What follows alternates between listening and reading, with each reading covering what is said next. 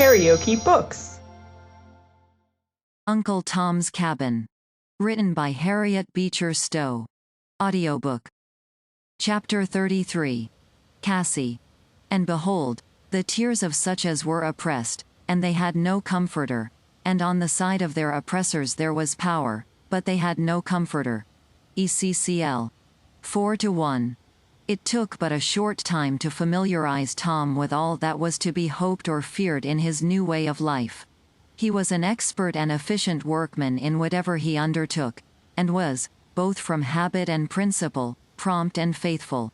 Quiet and peaceable in his disposition, he hoped, by unremitting diligence, to avert from himself at least a portion of the evils of his condition.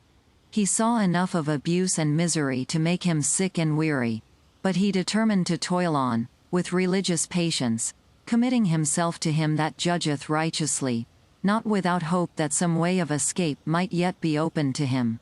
Legree took a silent note of Tom's availability. He rated him as a first-class hand, and yet he felt a secret dislike to him, the native antipathy of bad to good. He saw, plainly, that when, as was often the case, his violence and brutality fell on the helpless, Tom took notice of it. For, so subtle is the atmosphere of opinion, that it will make itself felt, without words, and the opinion even of a slave may annoy a master. Tom in various ways manifested a tenderness of feeling, a commiseration for his fellow sufferers, strange and new to them, which was watched with a jealous eye by Legree. He had purchased Tom with a view of eventually making him a sort of overseer, with whom he might, at times, entrust his affairs, in short absences, and, in his view, the first, second, and third requisite for that place, was hardness. Legree made up his mind, that, as Tom was not hard to his hand, he would harden him forthwith, and some few weeks after Tom had been on the place, he determined to commence the process. One morning, when the hands were mustered for the field, Tom noticed, with surprise, a newcomer among them, whose appearance excited his attention. It was a woman, tall and slenderly formed, with remarkably delicate hands and feet, and dressed in neat and respectable garments. By the appearance of her face, she might have been between 35 and 40, and it was a face that, once seen, could never be forgotten, one of those that, at a glance, seemed to convey to us an idea of a wild, painful, and romantic history. Her forehead was high, and her eyebrows marked with beautiful clearness. Her straight, well-formed nose, her finely cut mouth, and the graceful contour of her head and neck, showed that she must once have been beautiful. But her face was deeply wrinkled with lines of pain, and of proud and bitter endurance. Her complexion was sallow and unhealthy, her cheeks thin, her features sharp, and her whole form emaciated. But her eye was the most remarkable feature, so large, so heavily black, overshadowed by long lashes of equal darkness, and so wildly, mournfully despairing. There was a fierce pride and defiance in every line of her face, in every curve of the flexible lip, in every motion of her body. But in her eye was a deep, settled night of anguish, an expression so hopeless and unchanging as to contrast fearfully with the scorn and pride expressed by her whole demeanor. Where she came from, or who she was, Tom did not know. The first he did know, she was walking by his side, erect and proud, in the dim gray of the dawn. To the gang, however, she was known, for there was much looking and turning of heads, and a smothered yet apparent exultation among the miserable, ragged, half-starved creatures by whom she was surrounded. "Got to come to it, at last, glad of it," said one. He, said another. "You'll know how good it is, miss. We'll see her work. Wonder if she'll get a cutting up, at night, like the rest of us. I'd be glad to see her down for a flogging, I'll bound," said another. The woman took no notice of these taunts, but walked on, with the same expression of angry scorn, as if she heard nothing. Tom had always lived among refined and cultivated people, and he felt intuitively, from her air and bearing, that she belonged to that class, but how or why she could be fallen to those degrading circumstances, he could not tell. The women neither looked at him nor spoke to him, though, all the way to the field, she kept close at his side. Tom was soon busy at his work, but, as the woman was at no great distance from him, he often glanced an eye to her, at her work. He saw, at a glance, that a native adroitness and handiness made the task to her an easier one than it proved to many. She picked very fast and very clean, and with an air of scorn, as if she despised both the work and the disgrace and humiliation of the circumstances in which she was placed. In the course of the day, Tom was working near the mulatto woman who had been bought in the same lot with himself.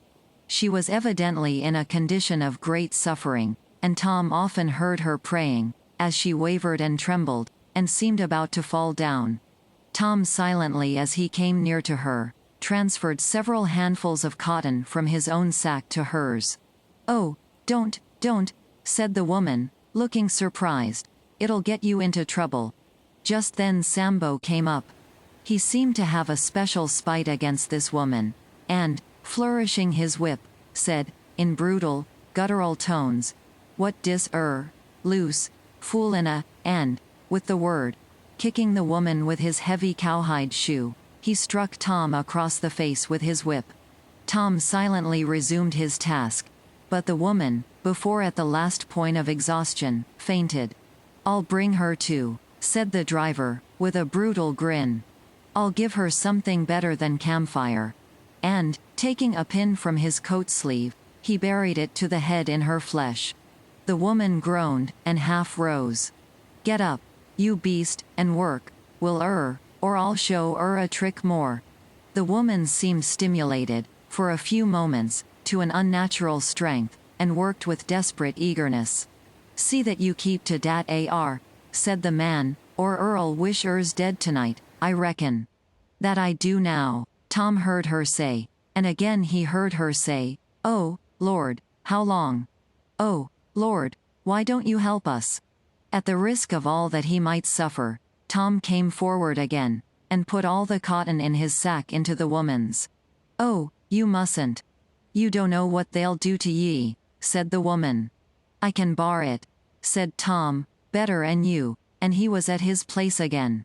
It passed in a moment.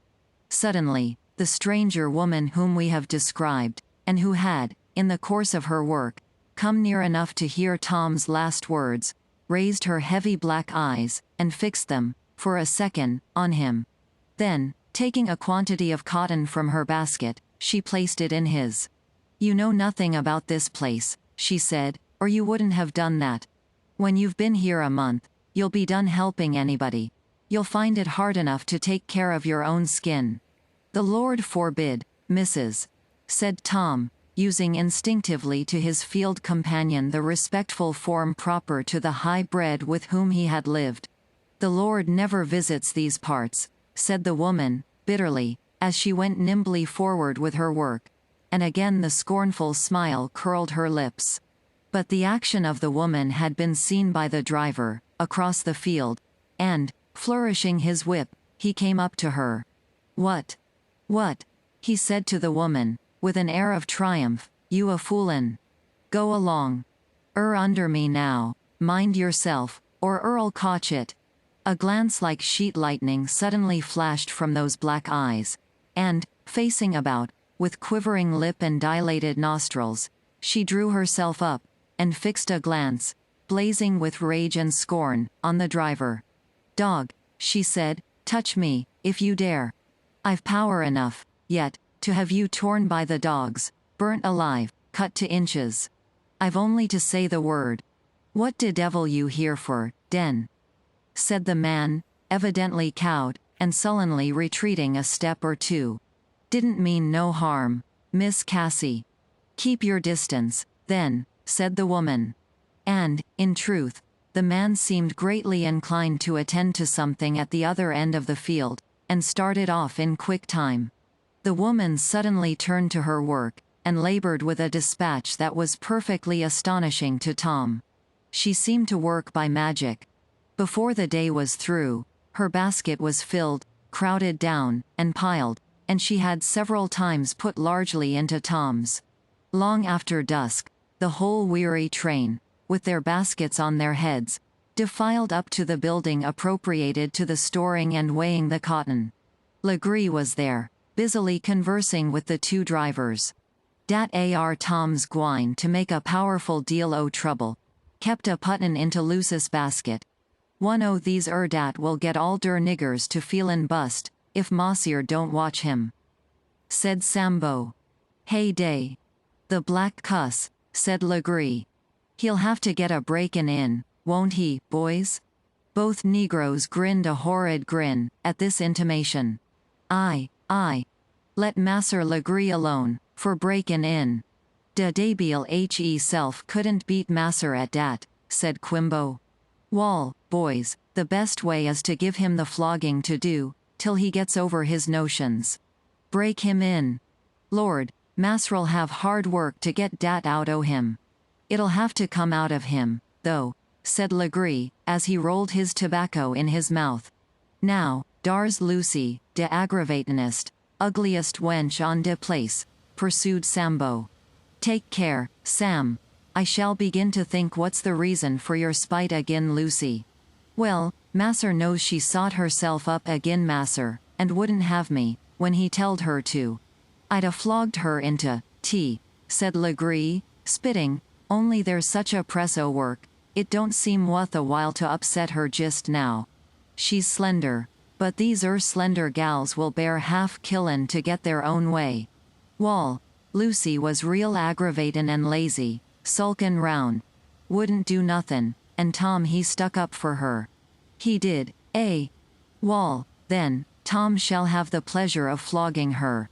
It'll be a good practice for him, and he won't put it on to the gal like you devils, neither. Ho, ho. Ha. Ha. Ha. Laughed both the sooty wretches, and the diabolical sounds seemed, in truth, a not unapt expression of the fiendish character which Legree gave them. Wall, but, Masser, Tom and Miss Cassie, and Day among 'em, filled Lucis basket. I ruther guess der weight, in it, Masser. I do the weighing, said Legree, emphatically. Both the drivers again laughed their diabolical laugh. So, he added, Miss Cassie did her day's work. She picks like de Dabiel and all his angels. She's got 'em all in her, I believe, said Legree, and, growling a brutal oath, he proceeded to the weighing room. Slowly the weary, dispirited creatures wound their way into the room, and, with crouching reluctance, presented their baskets to be weighed. Legree noted on a slate, on the side of which was pasted a list of names, the amount. Tom's basket was weighed and approved, and he looked, with an anxious glance, for the success of the woman he had befriended. Tottering with weakness, she came forward, and delivered her basket. It was of full weight, as Legree well perceived, but, affecting anger, he said, "What, you lazy beast? Short again. Stand aside, you'll catch it, pretty soon." The woman gave a groan of utter despair, and sat down on a board. The person who had been called Miss Cassie now came forward, and, with a haughty, negligent air, delivered her basket. As she delivered it, Legree looked in her eyes with a sneering yet inquiring glance.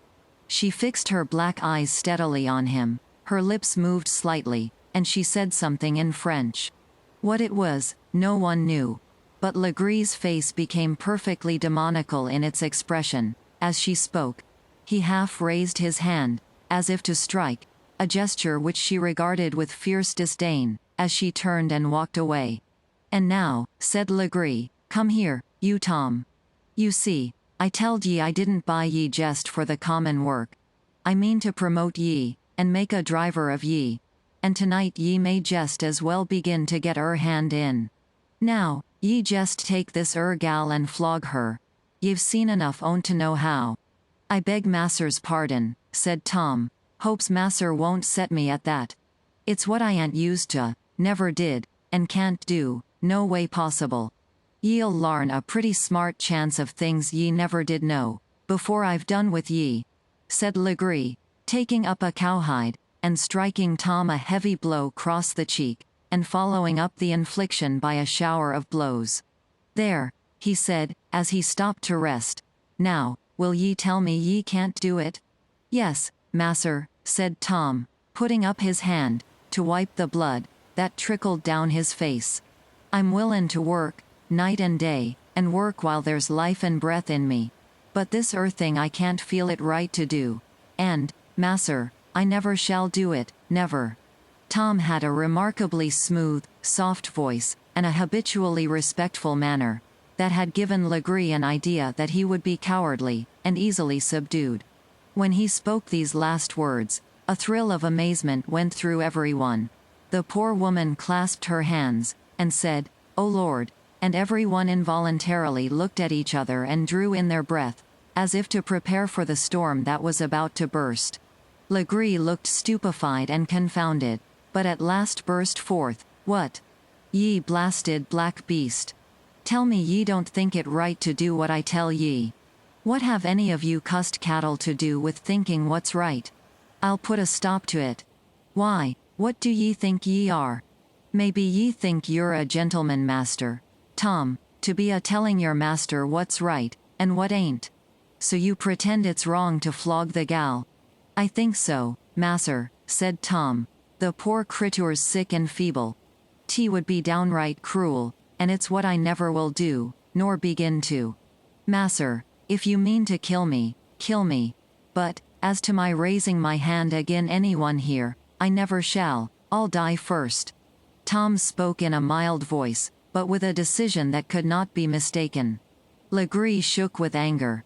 His greenish eyes glared fiercely, and his very whiskers seemed to curl with passion. But, like some ferocious beast, that plays with its victim before he devours it, he kept back his strong impulse to proceed to immediate violence, and broke out into bitter raillery. "Well, here's a pious dog, at last, let down among us sinners. A saint, a gentleman, and no less, to talk to us sinners about our sins. Powerful holy critter, he must be. Here, you rascal, you make believe to be so pious. Didn't you never hear, out of Bible, servants, obey masters? And I master?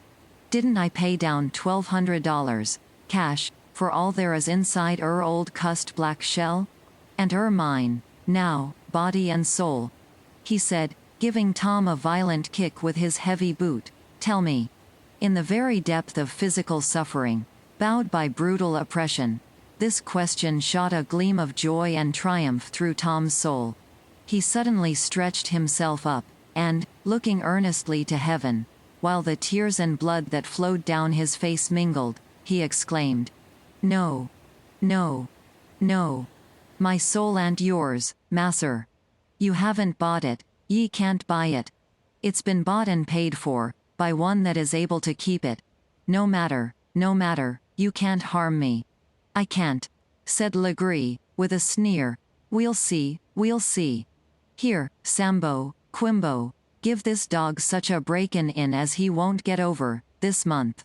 The two gigantic Negroes that now laid hold of Tom, with fiendish exultation in their faces, might have formed no unapt personification of powers of darkness. The poor woman screamed with apprehension, and all rose, as by a general impulse, while they dragged him unresisting from the place. KaraokeBooks.